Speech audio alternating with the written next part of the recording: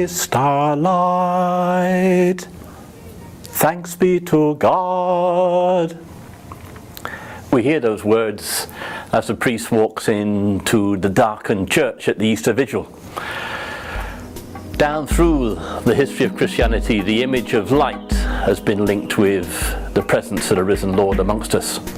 A light that breaks through in the darkness, a light that helps us see the way. But I want to spend a little time thinking about a different way in which Christ is light for us. Have you ever seen the Milky Way? I don't mean pictures or on the television, but have you ever really seen the Milky Way? If you go up to Lethem or other parts of the interior, the Milky Way is quite clear there, this great white streak across the sky. Enormous amount of light. And yet we can't see that in Georgetown. There's too much light down here for us to see that light up there. And that's the way I'd like to think about the light of Christ today. A light that's present all the time, but not necessarily a light that we see clearly all the time. Thinking about the Milky Way helps us understand the presence of this light a little bit longer. When we look at the Milky Way, we're not seeing it as it is today. We're seeing the light it sent out many years ago. So with Christ's presence in our life, it's not just a for now thing. In the beginning, Christ was present to us. Christ's ongoing presence is like the Milky Way. Whether we see the Milky Way or whether we don't see the Milky Way, it's still there. If it wasn't there, our cosmos would be totally different, and perhaps the Earth would never have come into existence in the first place.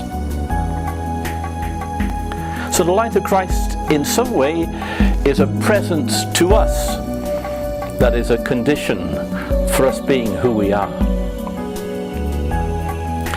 But the Milky Way is also a good example to help us understand how something which is there all the time we can't always see. In Georgetown or on the coastline, there's too much light pollution. Now we need all that light to go about our business. It confuses the poor old cockerels. They're crowing morning, noon and night. And yet at the same time, sometimes those bright lights can make it hard for us to see this ever-present light. So with our lives, it's not always the case that the way we're living our lives, the speed we live our lives, the concerns, the hopes and the fears that take up so much of our time and energy, it's not always the case that those help us to be aware of Christ present to us.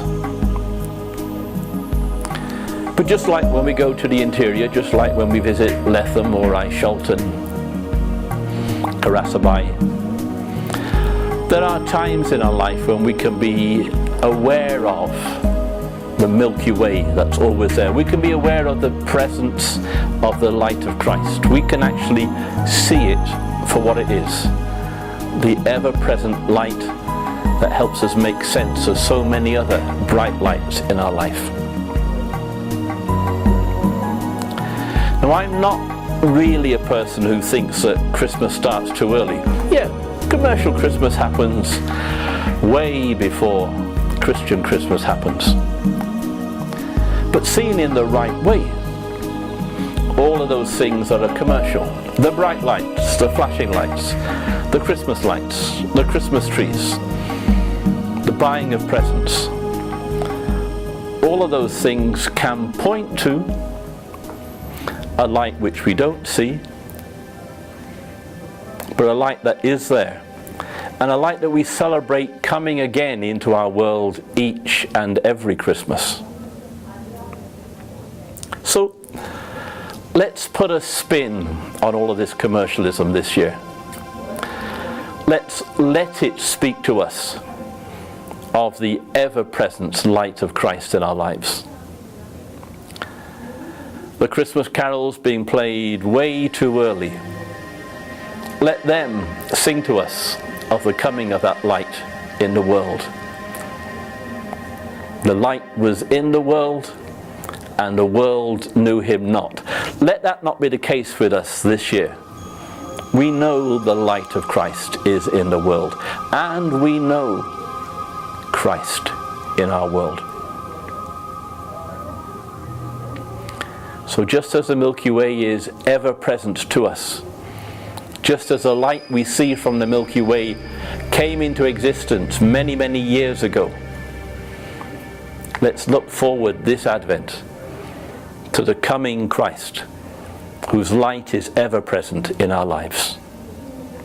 God bless you all.